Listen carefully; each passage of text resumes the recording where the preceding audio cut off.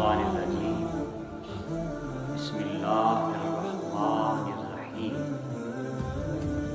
انتم الاعلون ان کنتم مؤمنین صدق اللہ العظیم۔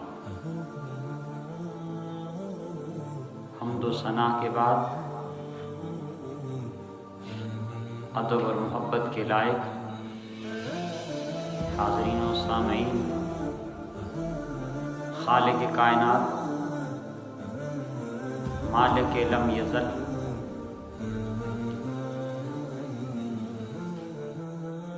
رب العالمین، بے پایاں لطف و کرم فرمانے والا رب، درود و سلام وجہ کائنات پر، حسن کائنات پر، معلم کائنات پر۔ اللہ وحدہ لا شریک ارشاد فرماتا ہے، تم غالب رہو گے اگر تم مومن ہو۔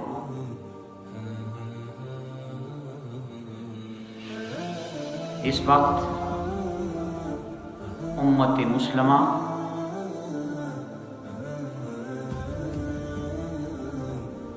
ستاون اسلامی ممالک اغیار کے سامنے خاموش ہے اور ظالم اس وقت قبلہ اول کے مسلمانوں پر مسلط ہونا چاہتا ہے۔ سلام ان شہداء کی عظمتوں کو جن کا ایمان متزلزل نہیں ہوا، نہ ایٹمی پاور سے، نہ ورلڈ بینک سے، نہ اقتصادی خسارے سے، جن کا ایمان اتنا پختہ ہے، اتنا ظاہر ہے کہ آپ کے سامنے لا الہ الا اللہ کی صدا بلند کرتے ہوئے سرزمین مقدس، بیت المقدس، بیت القدس، یروشلم، جو مسلمانوں کا قبلہ اول رہا، انبیاء کی سرزمین، اور آقا دو عالم صلی اللہ علیہ وسلم کی معراج کی پہلی آرام گاہ، پہلا مصلی امامت جس پر آپ نے نبیوں کی امامت فرمائی، زمین پر خانہ کعبہ اللہ کا گھر ہے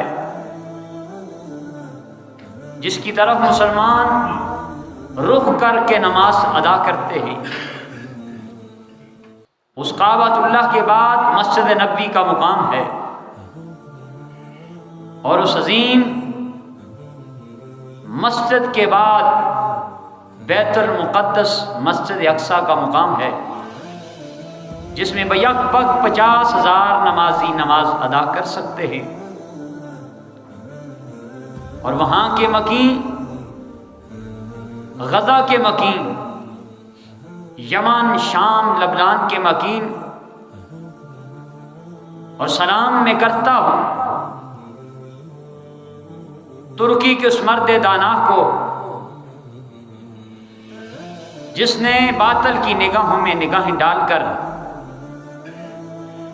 کفر کی طاقت کو للکارا ہے۔ طیب اردگان اور اسی طرح ایران، افسوس ہے تو مجھے اپنی ریاست پر یہ اسلامی فرمان رواؤں کا یہ حق بنتا ہے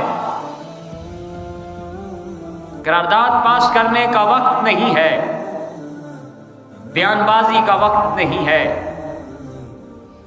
جس وقت دشمن حملہ آور ہو تو ٹینک کا جواب ٹینک سے دیا جاتا ہے، میزائل کا جواب میزائل سے دیا جاتا ہے۔ کیا ملک پاکستان یہ مملکت خداداد ہے؟ یہ اللہ کا دیا ہوا ملک ہے۔ اس کی کمانڈ، اس کی نگرانی خالق کائنات خود کرتا ہے۔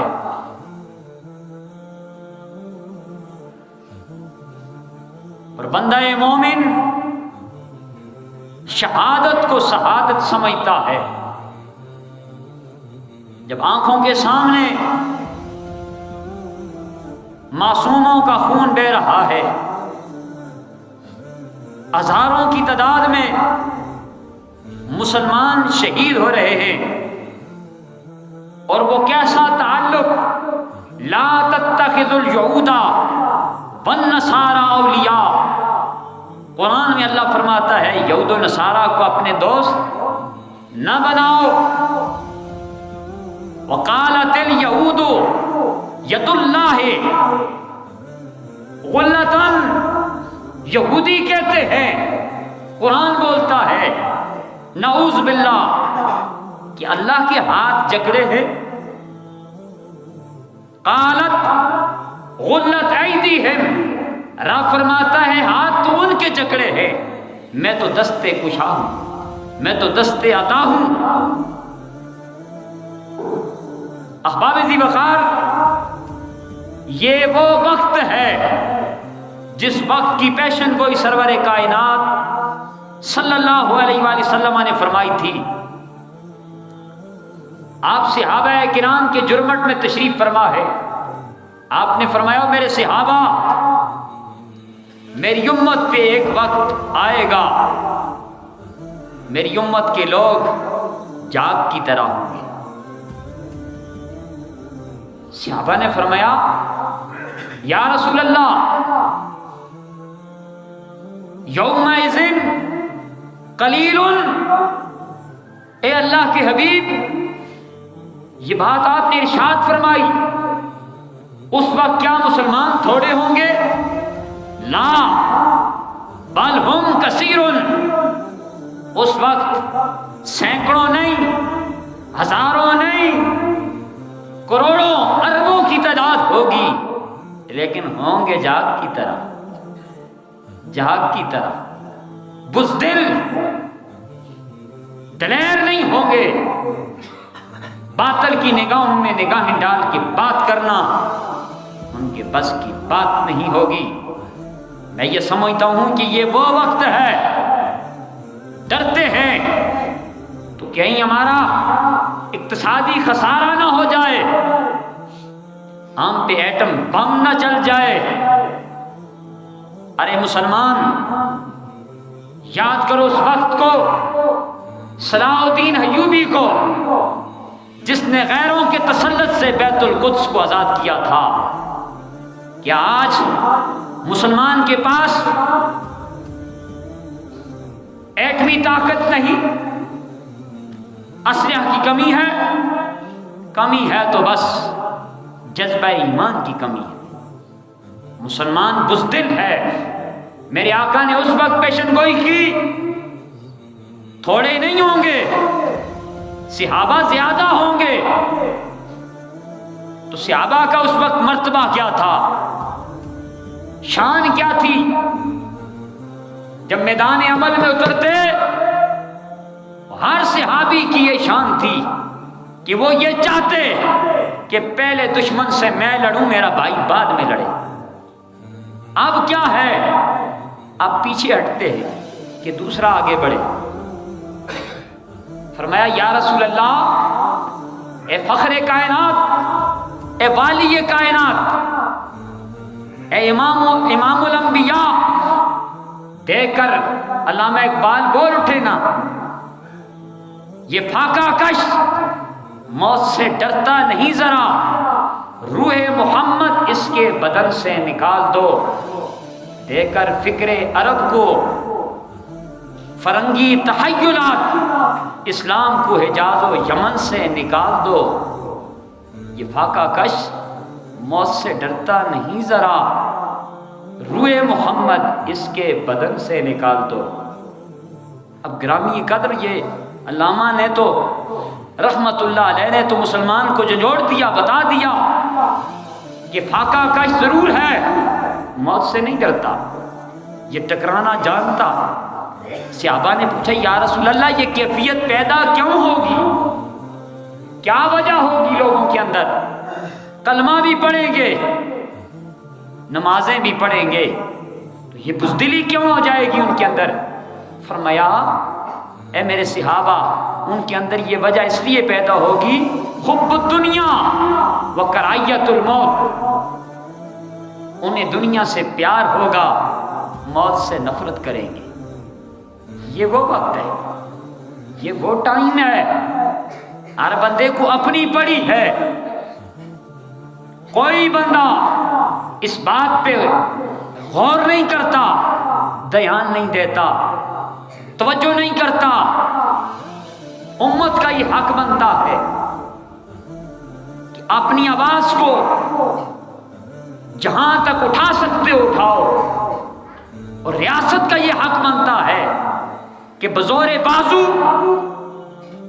امریکہ نے اپنا اسلحہ سے لیس بحری بیڑا اسرائیل کی مدد کے لیے بھیج دیا، اور اے امت مسلمہ کے فرما رواؤ، محمد بن سلیمان سعودیہ کے جو حکمران ہے، اس وقت یہ ذمہ داری ان پہ عائد ہے کہ وہ اپنا ایسی ایک کال دے ستامن اسلامی ممالک کو، ان کی ایک جھلک دکھانے کی دیر ہے۔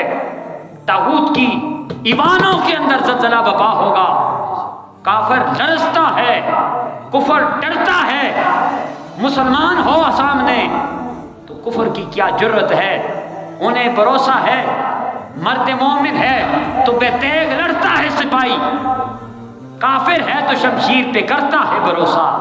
علامہ نے ویسے تو نہیں کہا، کافر شمشیر پہ بھروسہ کرتا ہے، ایٹمی طاقت پہ بھروسہ کرتا ہے، مومن پہ تیغ لڑتا ہے سپاہی۔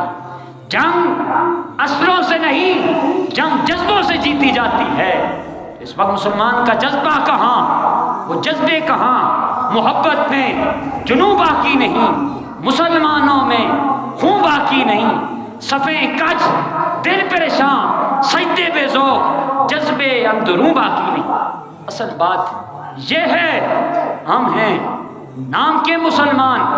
آج مسلمان کو اپنا نفع یاد ہے۔ یقین کریں جب ہم پانی پیتے ہیں فلسطین یاد آتا ہے، کھانا کھاتے ہیں فلسطین یاد آتا ہے، بچوں کو دیکھتے ہیں وہ بچے یاد آتے، رات کو سوتے ہیں تو ان پہ بمباری یاد آتی ہے۔ کیا وہ مسلمان نہیں چبھے جو کانٹا کابل میں ہندوستان کا ہر تیر و جواں بہتا؟ مسلمان تو ایک جسم کی مانند ہے جس کی ایک آرگن کے اندر تکلیف ہو تو پوری باڈی درد محسوس کرتی ہے۔ آنکھ کو درد ہو جسم سوتا نہیں، دانت کو درد ہو جسم سوتا نہیں، تو مسلمان کیسے آرام سے شب و روز گزارتا ہے؟ اے اللہ مسلمانوں کو وہ جذبہ دے، حکمرانوں کو وہ فکر دے، اس وطن کو ایسا سالار دے جس کی ایک للکار سے طاغوت کے ایوانوں کے اندر زلزلے بپا ہوں، اور اہل فلسطین بالآخر فتح کا فلیگ مسجد اقصی پہ لہرائیں گے۔ اس وقت مسلمانوں کو پتہ چلے گا کہ جنگ جذبوں سے جیتی جاتی ہے۔ یہ وہ وقت ہے کہ ہر بندہ مومن جتنا اس کا بس چلتا ہے اپنی آواز کو اٹھائے تاکہ وہاں تک ہماری آواز جائے۔ اور آج تو آواز پہنچانا مشکل نہیں ہے، سوشل میڈیا ہے، آنن فانن، یہ فیس بک کس کی ہے، یوٹیوب کس کا ہے، یہ واٹس ایپ کیا ہے، یہ نان مسلم کا ہے، یہ نان مسلم سے بات کرتا ہے۔ عالم میں مسلمان کو یہ آلہ پہنچا دیا، دکھا دیا، تو مسلمان اپنا جذبہ نہیں دکھا سکتے، مسلمان اپنی پکار نہیں اٹھا سکتے۔ اللہ سے دعا کرتا ہوں اللہ پاک مجھے اور آپ سب کو ان شہیدوں کے ساتھ دل و جان سے ساتھ دینے کی توفیق عطا فرمائے جو جانوں کے نذرانے دے چکے ہیں۔ وما علینا الا البلاغ۔